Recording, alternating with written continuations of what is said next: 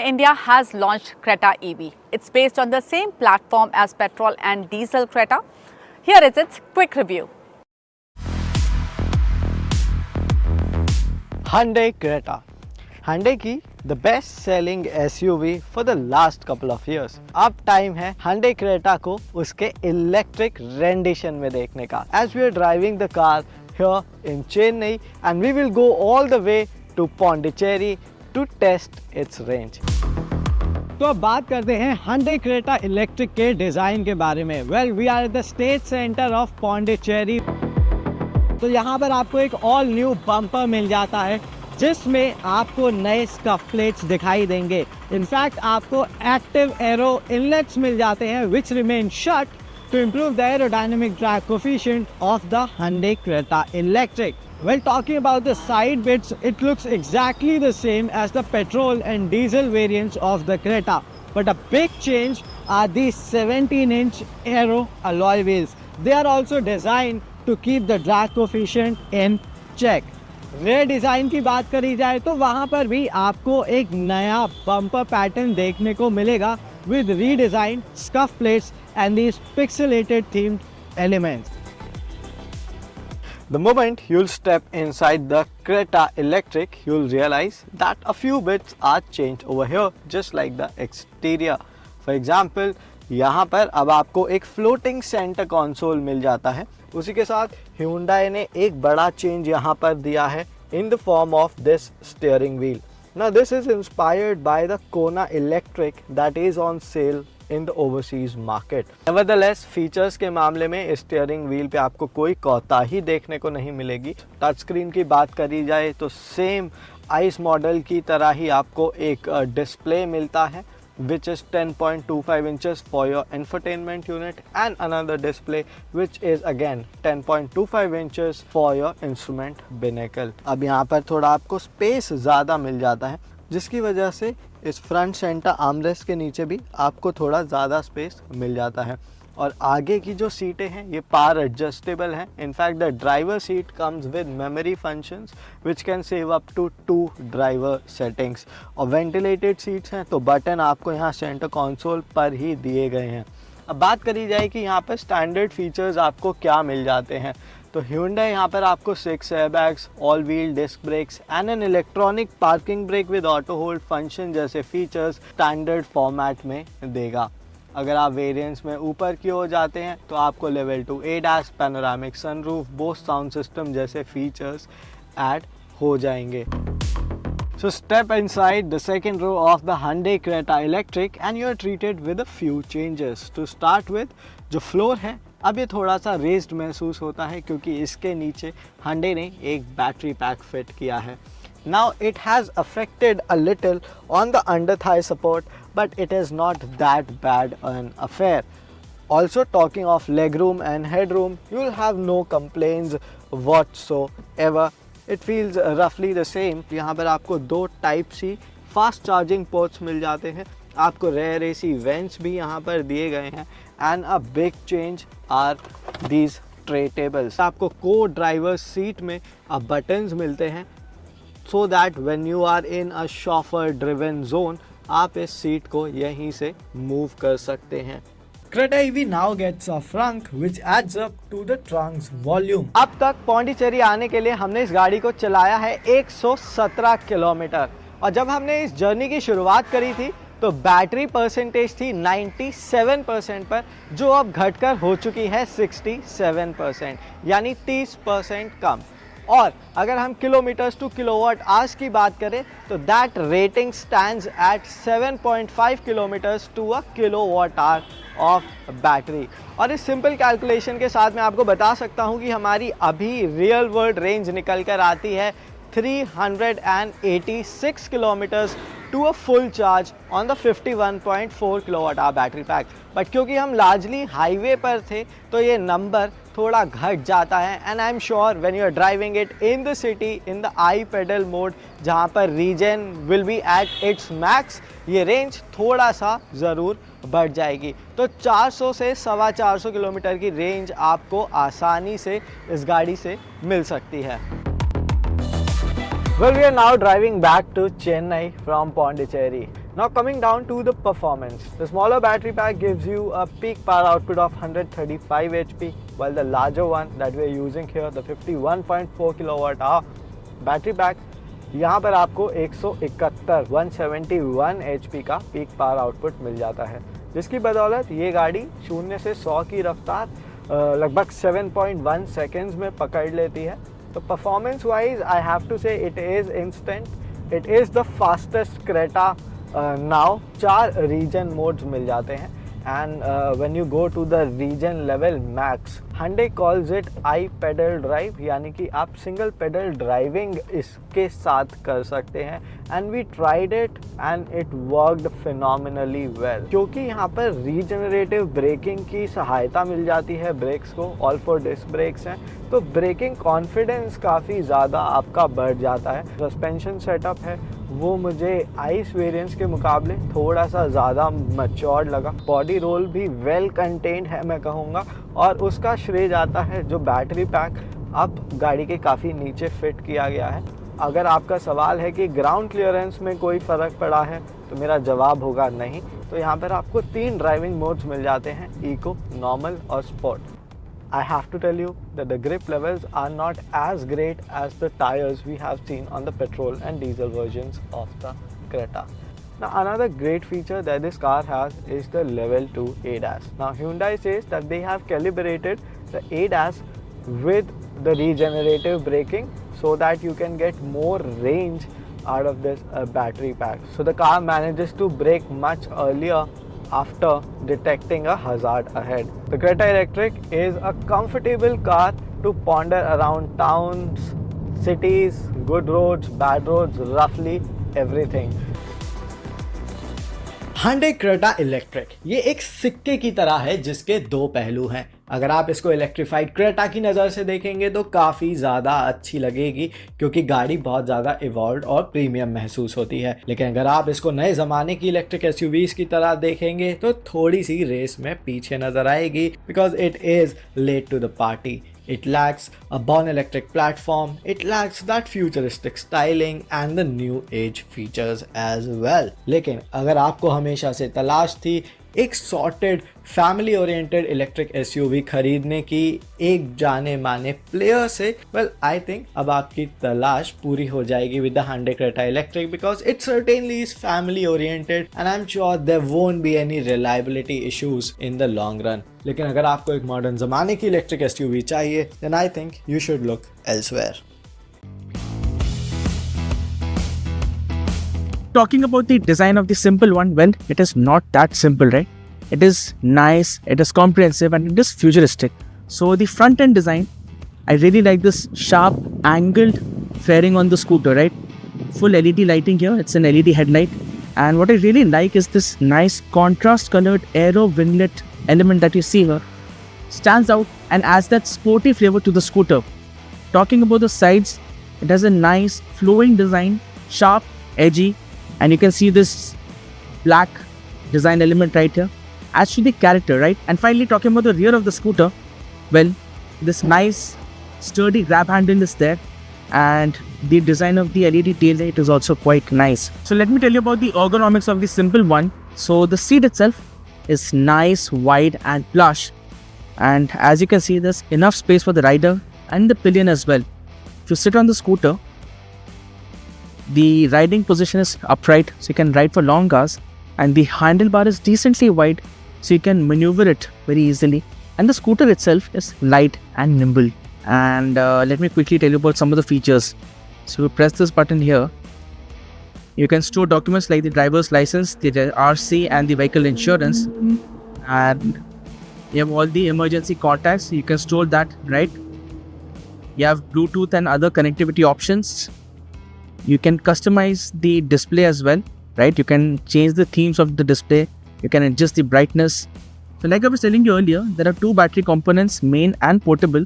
Main is the fixed battery, which has 78% charge and 103 kilometers of range, and the portable has 100% charge and 50 kilometers of range, right? And currently the estimated range is 153 kilometers. And if you were to go to the main screen, there are 4 riding modes: Eco, Ride, Dash and Sonic. The Sonic is the most performance-oriented mode, right? And it has the least charge at 80 kilometers right now with 84% battery. Dash has 94, Ride has 113, and Eco of course has the maximum range at 153 kilometers. Now the scooter makes peak power output of 8.5 kilowatts and the peak torque output is 72 Newton meters. And scooter gets a battery of 5 kilowatt hour. But here's the interesting part. So the 5 kilowatt hour battery is split between a fixed unit and a removable unit. So let me show you the removable unit, right? So this part you can remove and charge it at the convenience of your home or office, right? It's not very heavy. I'll just put it back here. And this you see is the portable charging unit, right?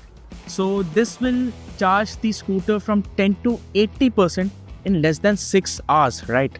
And the top speed of the scooter is 105 kilometers per hour, and the 0 to 40 kilometers per hour sprint is done in 2.77 seconds. So yes, it does accelerate quick. But let's see, we quite like the performance of the simple one. It is quick, it is nimble, and it is easy to maneuver when you're riding in the city traffic, right? And if you want to make quick overtaking maneuvers, there's enough juice in the motor for you to do that. What we really like is the fact that the suspension on the simple one is more towards the plush side. It's not entirely stiff. Small undulations, regular speed breakers will be taken care of very easily. It is the sharp-edged bumps that you will feel while you're riding over them. But overall, the performance of the simple one is nice, and as long as you're riding it in the city, you'll be happy and you'll have fun riding the scooter. So the simple one sees significant improvements, right? Better range, better quality, and the scooter is now well poised to take on its rivals like the Olas and the Aethers of the world. And at 1,66,000 rupees, yes, it is expensive.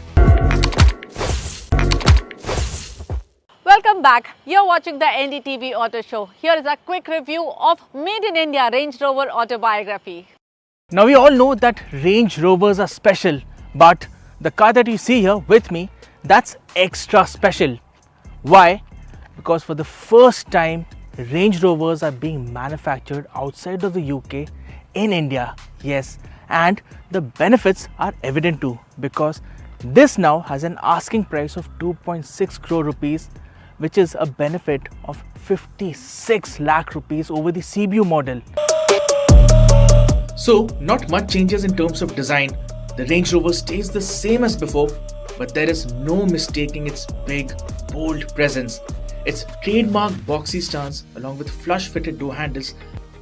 Usually, Range Rover owners will be sitting in the back seat, which is where we will go as well in just a short amount of time. But before we do that, if you want to drive the Range Rover, well, you won't be falling short of comfort in the driver's seat as well. Let me show you why. So we'll just go here to the settings and we'll go to all, we'll go to seats and just choose either your seat to be cooled or heated. So since it's winter right now, so I'll prefer my seat to be heated. And apart from that, you have a variety of cubby holes. So you have a cubby hole here, a wireless charger right there. You have two cup holders here, and you also have this storage space right here, which is cooled, and the cabin itself is quite practical as well. Alright, so this is the boss seat of the Range Rover Autobiography, but the moment you sit at the rear in the boss seat of the Range Rover, well, the first thing that you feel is how plush and comfortable the seating is, because the materials, they feel so premium. The entire cabin feels very airy. There's a entertainment package here, a screen here, so this is not connected right now. The rear seat of the Range Rover Autobiography is something else. And if you want to close the sunroof from the rear seat, that is possible too. All you have to do is press a button and there you go. Quite a nice feature to have. So if you want to rest your arm or have a cup of coffee, all you need to do is this. So the armrest will come down electrically, and yes, it is slow, it takes a bit of time, but then it's okay. I'm not complaining. So you have this nice tablet here you can control the massage function, the heating of the seats, the ambient lighting and the blinds as well. What's also very interesting is this feature. So there's this coffee mug symbol here. You press this and electrically you have your cup holders coming out, right? Quite a nice feature to have. If you want to put the whole thing back, all you need to do is this and it goes back. If you want more space on the rear bench for 3 passengers, but honestly speaking 3 will be a tight fit here because the passengers sitting in the middle will be touch uncomfortable because you have this protruding as well, right? And if you want to increase the recline of the seat, that option is there as well. So this is the full recline. The model that we are testing gets the 3-litre petrol engine which makes 392 horses at 5500 rpm along with peak torque output of 550 Newton meters, which comes in from 2500 rpm to 4500 rpm. The engine is paired to an 8-speed automatic gearbox, and while the numbers may not seem to be much on paper, on the road it translates to solid performance.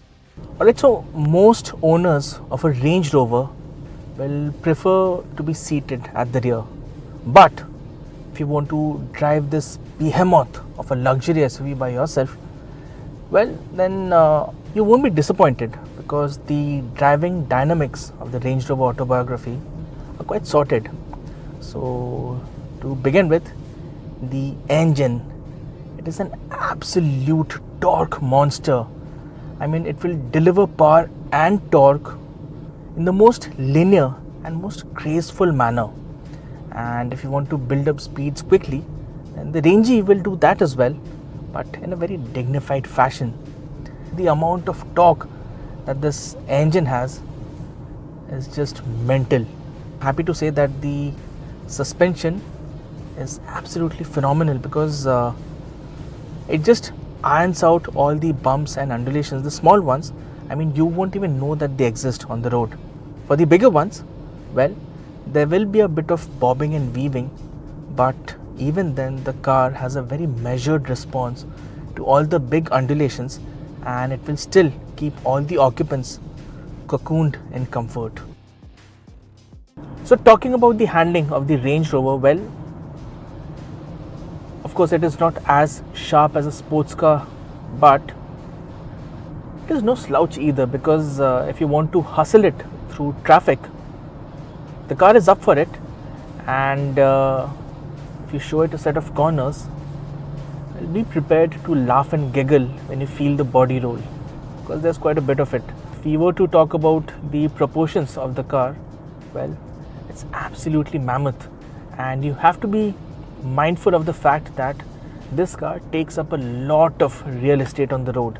The fact that something like a Range Rover is now being manufactured in India as the only location outside of UK to do so says a lot about the demand of such cars in the country and the manufacturing prowess as well. At 2.6 crore rupees, there is a significant difference in the price to the tune of 56 lakh rupees. And in typical Range Rover style, there are a variety of customization options. The Made in India Range Rover Autobiography seamlessly blends British heritage and Indian craftsmanship. It is catering to those who prioritize comfort, luxury and exclusivity over outright sportiness or affordability. Yes, there is a 56 lakh rupees price drop, but the Range Rover continues to be a significant investment. But if you want unparalleled luxury, outright comfort and yes, of course, exclusivity, then nobody does it better than a Range Rover. The R1300 GS has a bold personality despite the triple black color scheme robbing some of the big bike feel. Nonetheless, it is guaranteed to get you second looks on the road. Alright, first things first, let's see how easy or difficult it is to move the motorcycle around, because remember, this weighs in at 237 kg, but that's still 12 kg lighter than the R1250 GS. BMW R1300 GS, on this model, it gets the optional low seat which has a height of 800 mm compared to the 850 mm seat height on the standard seat, right? The ADV gets a 1300cc boxer twin unit which is new. The internals see a rework with the stroke being increased and the bore being reduced. The motor makes 145 horsepower at 7750 rpm along with putting out peak torque of 149 Newton meters at 6500 rpm, which is 9 horsepower and 6 Newton meter more than what the R1250 GS made. Is about 6.5 kg lighter, which is a commendable feat of engineering. And it is evident in the way the motorcycle moves and builds speed. The power delivery is instant and there are no surprises along the way. So the engine on this motorcycle is the most powerful boxer engine that BMW has ever made. The motorcycle does the 0 to 100 sprint in a claimed 3.5 seconds. BMW has worked on the chassis as well. The compact pressed steel chassis uses the boxer twin engine as a stressed member. Then there's a die-cast aluminium subframe. Not only is the new chassis stiffer, but it is lighter too. When you're on the move, the weight disappears magically.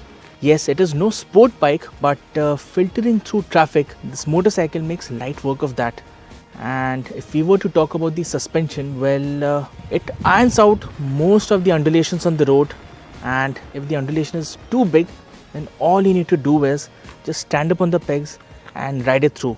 So the R1300 GS comes loaded with features and electronics. So let me show them to you. First, there are 5 riding modes: Eco, Rain, Road, Dynamic, and lastly Enduro. So the Enduro is the off-road mode, right? So the traction control and the ABS can be switched off in this mode, and we'll just put it in Eco for now.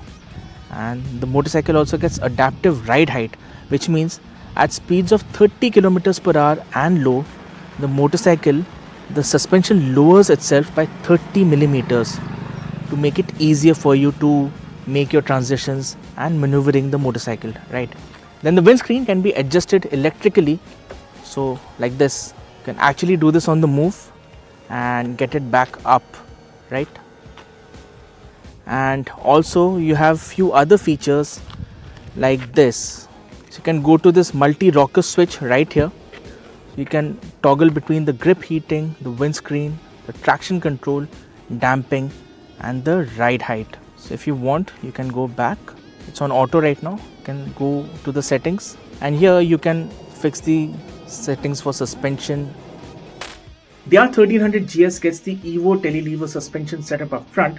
The USP is dual springs, which now offer variable spring rates. This means better feel on the front end and less dive under hard braking. The front suspension has a travel of 190.5 millimeters. The ride is plush and most undulations are taken care of easily even in the factory settings. You could also adjust the semi-active suspension according to your liking and the whole experience becomes even better. With 200 mm travel, the rear parallel lever suspension does well to keep in sync with the front end. So the R1250 and the R1300 GS have always been adventure touring motorcycles rather than being outright off-road oriented motorcycles, right? But if you want to go off-road with the R1300 GS, then the motorcycle will certainly not shy away from it. Its relatively lighter weight and a long list of electronics will keep you safe and make you feel like an off-road champion. But my suggestion will be, get the tires changed to more off-road oriented tires if you want to take off-roading seriously. Priced at 21.2 lakh rupees, the R1300 GS is decently priced for a full-blown adventure motorcycle, and the kind of equipment and performance it offers is perhaps one of the best in the segment. So the BMW R1300 GS is quite a handful. It may not have the sportiness of a Ducati Multistrada V4 or the off-road capability of a Triumph Tiger 1200, but as a big adventure tourer, it will do everything you ask it of with relative ease and without batting an eyelid. If you want a motorcycle that will take you to the farthest ends of Earth and bring you back safely, then the BMW R1300 GS is something that you should definitely consider. I hope you liked the show today. It's time to say bye-bye, but this month is going to be very exciting at NDTV Auto. We are going to announce the winners of NDTV Auto Awards on February 28th. So stay tuned for a lot of action.